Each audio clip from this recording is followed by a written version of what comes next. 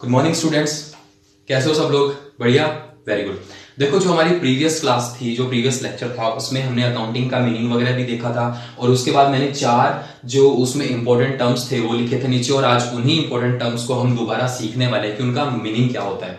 उससे पहले सुनना, सबसे पहले हमारे पास आता है एक इकोनॉमिक इवेंट, और इकोनॉमिक इवेंट का मतलब क्या है उसको मैं एकदम बहुत ही ईजी लैंग्वेज में समझा देता हूँ। उसके बाद हम इनकी जो भी मीनिंग वगैरह दिए हुए उस पर जाएंगे। बिजनेस में कुछ भी हो रहा हो, ठीक है, पहली चीज तो ये कि क्या वो बिजनेस से रिलेटेड है, और दूसरी चीज क्या उसको हम मनी में मेजर कर सकते हैं। अगर ये 2 कैरेक्टरिस्टिक्स किसी भी चीज की है तो इसका मतलब कि वो बिजनेस ट्रांजैक्शन है। क्लियर है बात यहां तक? अब सुनना, an economic event is known as a happening of consequence. Consequence मतलब कि रिजल्ट है या परिणाम है। टू अ बिजनेस ऑर्गेनाइजेशन मतलब कि वो बिजनेस ऑर्गेनाइजेशन का होना चाहिए या उससे रिलेटेड होना चाहिए। आगे सुनना, विच कंसिस्ट ऑफ ट्रांजैक्शन, उसमें सारे के सारे ट्रांजैक्शन मतलब कि लेन देन इंक्लूड है। क्या चीजें हमने ली, क्या चीज हमने दी, सारे के सारे ट्रांजैक्शन इंक्लूड है किसमें? इकोनॉमिक इवेंट में। Which consist of transaction and which are measurable in monetary term, और उसको मनी में मेजर भी किया जाना चाहिए। अगर वो मेजरेबल ही नहीं है इसका मतलब वो ट्रांजैक्शन है ही नहीं या वो इकोनॉमिक इवेंट है ही नहीं। क्लियर है बात यहां तक? ठीक है, देखो मैं आपको एक चीज बताता हूं। मान लो कि हमारा बिजनेस है और उस बिजनेस में हमने गुड्स परचेज किया है, गुड्स खरीदा है। कितने रुपए का गुड्स खरीदा सर? 1 लाख रुपए का खरीदा। तो क्या बताओ वो हमारा इकोनॉमिक इवेंट है, वो हमारा ट्रांजैक्शन है? यस और नो? सर बिल्कुल वो हमारा ट्रांजैक्शन है, इकोनॉमिक इवेंट है। बिल्कुल सही।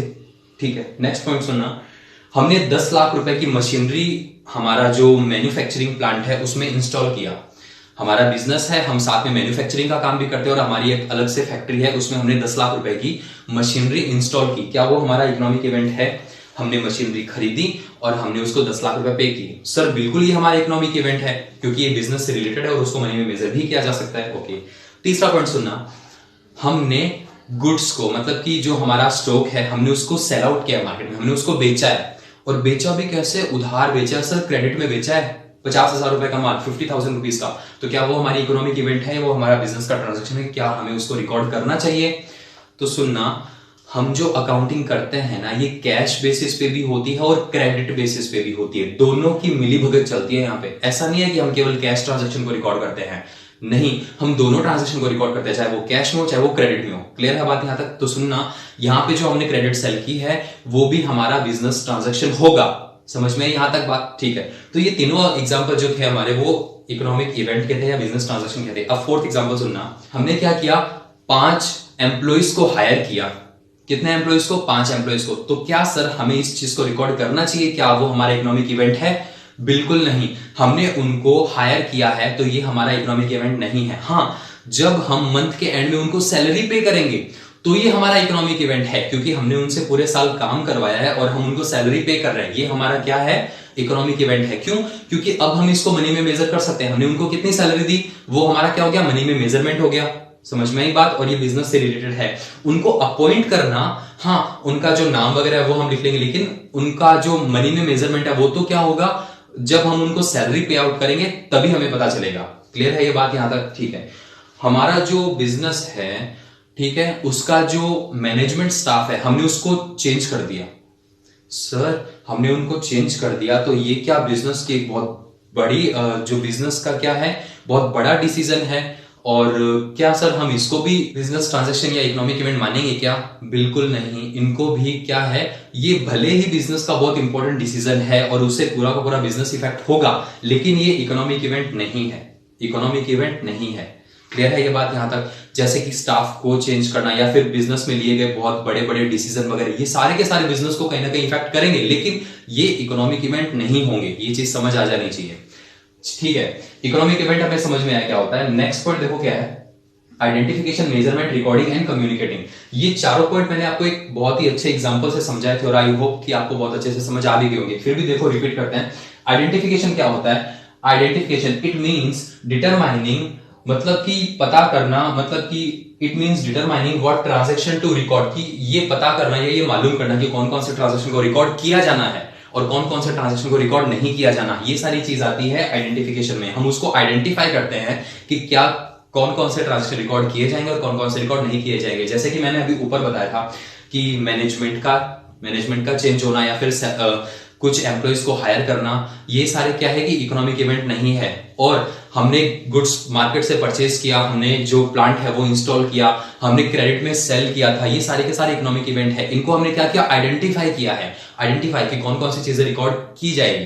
क्लियर है। उसी तरह देखो हमने जो नेक्स्ट क्लास में एक एग्जांपल सीखा था, उसमें एक सबसे लास्ट चीज थी कि वो क्या था, पिज्जा वगैरह या फिर कुछ एक चीज थी जो कि वो जो उनका फ्रेंड है उसके फ्रेंड ने एक्सपेंस किया था उसके लिए, इसलिए वो जो ए था, ए ने वो चीज अपनी बुक ऑफ अकाउंट में रिकॉर्ड नहीं की थी। याद आया ना वो चीज, वो शायद 400 के लगभग एक्सपेंस था। तो सुनना, आइडेंटिफिकेशन क्या होता है, it means determining what transaction to record. It involves observing activities. इसका मतलब है कि वो उस एक्टिविटी को ऑब्जर्व करना कि हाँ भाई इसको रिकॉर्ड करना है कि नहीं करना। It involves observing activities and selecting those events that are of considered financial character and related to the organization। मतलब कि उन ट्रांजैक्शन को ऑब्जर्व करना और उनको सेलेक्ट करना, उनको पिक करना, सेलेक्ट करना those event that are considered financial character। Financial character मतलब जिसको मनी में मेजर किया जा सकता है और वो business related to the business organization, और वो ऑर्गेनाइजेशन से रिलेटेड भी होना चाहिए। तो ये क्या होता है, आइडेंटिफिकेशन। नेक्स्ट पॉइंट क्या है, मेजरमेंट। उसको मनी में मेजर करना। सर जरूरी है क्या कि हम उसको रुपीज में मेजर करें? देखो अलग अलग कंट्री अपनी अपनी जो उनकी करेंसी होती है उसके हिसाब से उसको रिकॉर्ड करती है। हम रुपीज और पैसे में उसको करते हैं, कुछ कंट्रीज में डॉलर में किया जाता है, कहीं पे पाउंड में किया जाता है, और सब कंट्री अपने अपने हिसाब से रिकॉर्ड करती है। जरूरी नहीं उसको रुपीज में ही मेजर किया जाए। तो सुनना, इट मींस क्वांटिफिकेशन, उनको रुपीज में क्वांटिफाई किया जाता है। ठीक है, it means quantification of business transaction. ये क्या है, business transaction into financial term by using monetary unit. तो हम उसको मनी में मेजर करेंगे। नेक्स्ट पॉइंट क्या है, रिकॉर्डिंग करना, उसको रिकॉर्ड करना। After that the business transaction are recorded. After that उसके बाद क्या होगा, वो जो बिजनेस ट्रांजैक्शन होगा are recorded in books of accounts. उसको बुक्स ऑफ अकाउंट में क्या किया जाएगा, रिकॉर्ड किया जाएगा in monetary term in a chronologically order. Sir ये क्रोनोलॉजिकल ऑर्डर क्या होता है? सुनना, मैंने आपको पहले भी बताया था कि जो जर्नल होती है और जो लेजर होती है उसमें हम जो ट्रांजैक्शन रिकॉर्ड करते हैं उनको डे टू डे के हिसाब से रिकॉर्ड करते हैं। जैसे मान लो आज जो भी ट्रांजैक्शन हुए उन सबको हम आज की डेट में रिकॉर्ड करेंगे, और जो कल ट्रांजैक्शन होंगे उनको हम कल की डेट में रिकॉर्ड करेंगे, और जो ट्रांजैक्शन पहले होगा उसको पहले रिकॉर्ड किया जाएगा और जो बाद में होगा उसको बाद में। तो इसी को बोलते हैं क्रोनोलॉजिकल ऑर्डर, मतलब कि टाइम के अकॉर्डिंग रिकॉर्ड करना। क्लियर है ये बात? ठीक है, in term in a chronological order. Next point क्या है, कम्युनिकेटिंग। कम्युनिकेशन का मतलब क्या होता है, at the end these information is generated, मतलब उनको जनरेट करेंगे, प्रस्तुत करेंगे उनके सामने। Generate and communicating in a certain form to management and other internal external user. दोबारा सुनना, एट द एंड, सबसे एंड में क्या होगा, मतलब ये सारे एक्टिविटीज करने के बाद में, and these information is generated, उनको जनरेट किया जाएगा, इस इंफॉर्मेशन को जनरेट किया जाएगा, and communicating in a certain form to management, और उसको एक सर्टेन फॉर्म में, एक प्रॉपर फॉर्मेट में या सर्टेन फॉर्म में उसको प्रेजेंट किया जाएगा। किसके सामने, मैनेजमेंट के सामने, और अदर इंटरनल और एक्सटर्नल यूजर। और इंटरनल एक्सटर्नल यूजर क्या होता है वो हम नीचे पढ़ेंगे। क्लियर है ये बात? यहां तक ये चीज समझ आ जानी चाहिए। अब सुनना, इसके बाद आता है ऑर्गेनाइजेशन क्या होता है। हमने ये चीज बहुत अच्छे से सीख ली है पहले, ये चीज समझ आ जानी चाहिए। नेक्स्ट पॉइंट क्या है, ऑर्गेनाइजेशन।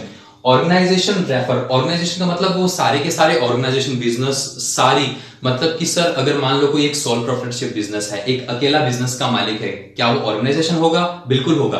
कोई पार्टनरशिप फर्म है, मान लो 5 लोग इकट्ठे होकर किसी बिजनेस को रन कर रहे हैं और एंड में जो प्रॉफिट हो रहा है उसको शेयर कर रहे हैं, तो क्या सर वो बिजनेस ऑर्गेनाइजेशन है? बिल्कुल है। सर ये जो हम मार्केट में बड़ी बड़ी कंपनीज देखते हैं, प्राइवेट कंपनीज देखते हैं, पब्लिक कंपनीज देखते हैं, गवर्नमेंट कंपनीज देखते हैं, फॉरेन कंपनीज देखते हैं, सर क्या ये सारी की सारी ऑर्गेनाइजेशन है? बिल्कुल है।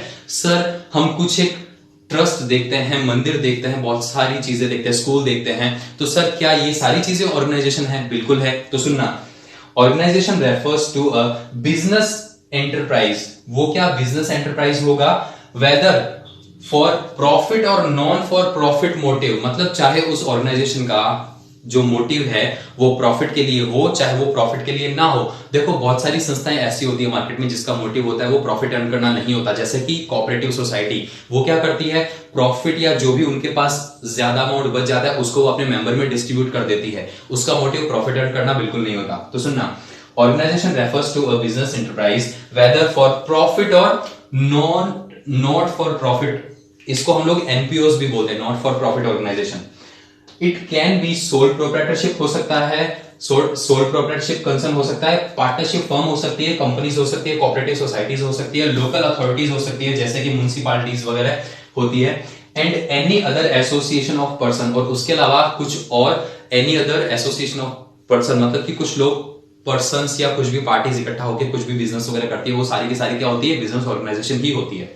उसके बाद सुनना, नेक्स्ट पॉइंट क्या है, interested user of information. Interested user of information क्या होता है, सुनना, many users need financial information in order to make important decision. बहुत सारी ऐसी पार्टीज होती है जिनको ये फाइनेंस, जो भी हमने ट्रांजेक्शन रिकॉर्ड किए वो और उनका जो कंक्लूजन निकल के आया, मतलब कि जो समरी निकल के आई इन अ सर्टेन फॉर्म, वो सारी चीजें रिक्वायर होती है कुछ सर्टेन पार्टीज को, ताकि वो फ्यूचर में अपने डिसीजन ले सके इन बिहाफ ऑफ दिस ऑर्गेनाइजेशन। उस ऑर्गेनाइजेशन के लिए वो अपने फ्यूचर, अपने जो डिसीजन है वो फ्यूचर के लिए ले सके। जैसे कि मान लो कि मैं सप्लायर हूं किसी ऑर्गेनाइजेशन का, और वो हमसे गुड्स उधार लेने आता है या फिर कैश में लेने आता है, तो क्या मैं उसको क्या मुझे उसको सेल करना चाहिए, क्या मुझे उसको क्रेडिट में सेल बेचना चाहिए।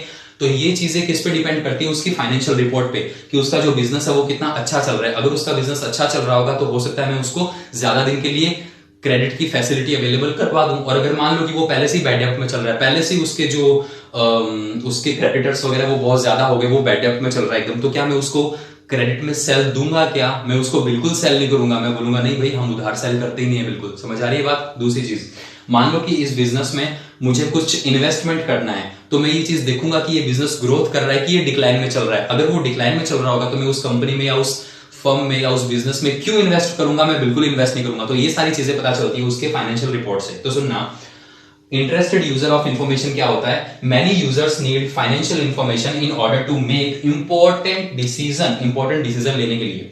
आगे सुनना, these user can be divided into two broad categories, और उनकी दो ब्रॉड कैटेगरीज कौन कौन सी होती है? पहली होती है इंटरनल यूजर्स और दूसरी होती है एक्सटर्नल यूजर्स। इंटरनल यूजर्स में कौन आता है? चीफ एग्जीक्यूटिव ऑफिसर आता है, चीफ फाइनेंशियल ऑफिसर आता है, उसके बाद बिजनेस यूनिट मैनेजर्स आते हैं। बिजनेस यूनिट मैनेजर क्या होता है? सुनना, मान लो कि ये हमारा एक बिजनेस है, उस बिजनेस का जो एक अकेला हेड है जो सबसे ऊपर बैठता है वो उस बिजनेस का ऑनर हुआ। उस बिजनेस के अंदर अलग अलग डिपार्टमेंट होते हैं, कुछ होता है वो सेल डिपार्टमेंट होता है, कुछ प्रोडक्शन डिपार्टमेंट होता है, कुछ स्टोर डिपार्टमेंट होता है। तो इन डिपार्टमेंट के ऊपर एक अलग से मैनेजर बैठता है जिसको हम लोग यूनिट मैनेजर भी बोल सकते हैं। तो सुनना, यूनिट मैनेजर हुआ, सेल मैनेजर हुआ, स्टोर मैनेजर हुआ। तो सुनना, क्या होता है? बिजनेस यूनिट मैनेजर हुआ, प्लांट मैनेजर हुआ जो कि प्रोडक्शन का या फिर जो अपने अंडर में सारी मशीनरीज वगैरह रखता है वो क्या हुआ? प्लांट मैनेजर हुआ। उसके अलावा स्टोर मैनेजर हो सकता है, XYZ, उसके अलावा बहुत सारे हो सकते हैं। तो सुनना, उसके बाद आता है एक्सटर्नल यूजर्स। एक्सटर्नल यूजर्स में कौन कौन से होता है? क्रेडिटर्स हुआ, इन्वेस्टर्स हुए, टैक्स अथॉरिटीज हुए, उसके अलावा बहुत सारे और पार्टीज भी होती है। तो ये होती है हमारी एक्सटर्नल यूजर। आई होप कि आपको यहां तक ये चीजें समझ में आ गई होगी। अब सुनना, इनको अच्छे से बैठ के घर पे कम से कम 2 से 3 बार रिवाइज करना और उसके बाद इनको नोट आउट करना अच्छे से शॉर्ट नोट्स में, या फिर ये वैसे शॉर्ट नोट्स ही है, इनको आप अच्छे से पढ़ के दोबारा समझोगे कि सर ने हमें क्या चीज समझा दी। क्लियर है ये बात यहां तक? अब जो हमारी नेक्स्ट क्लास होगी, क्या होगी? जो हमारी नेक्स्ट क्लास होगी उसमें हम अकाउंटिंग के कुछ एक बेसिक टर्म्स सीखने वाले हैं, और ये टर्म्स होंगे लगभग 15 से लेके 20 तक ये टर्म्स होंगे, 15 to 20 टर्म्स हो सकते हैं जिसको हमें सीखना है। पूरी की पूरी अकाउंटिंग उन टर्म्स पे डिपेंड करती है, हमें उन्हीं को सीखना है बहुत अच्छे से। जैसे कि सर ये परचेज क्या होता है, ये सेल क्या होता है, कैपिटल क्या होती है, ड्रॉइंग्स क्या होती है, उसके अलावा एंटिटी क्या होती है, उसके अलावा जैसे मान लो कि सर ये फिक्स एसेट क्या होती है, करंट एसेट्स क्या होती है, लाइबिलिटीज क्या होती है, स्टॉक क्या होता है, बिल्स रिसेबल क्या होता है, बिल्स पेबल क्या होता है। तो ये सारे कुछ एक टर्म्स है जो हमें सीखने होंगे। तो नेक्स्ट क्लास में हम उन्हीं टर्म्स की बातें करेंगे। क्लियर है यहां तक? Okay, thank you.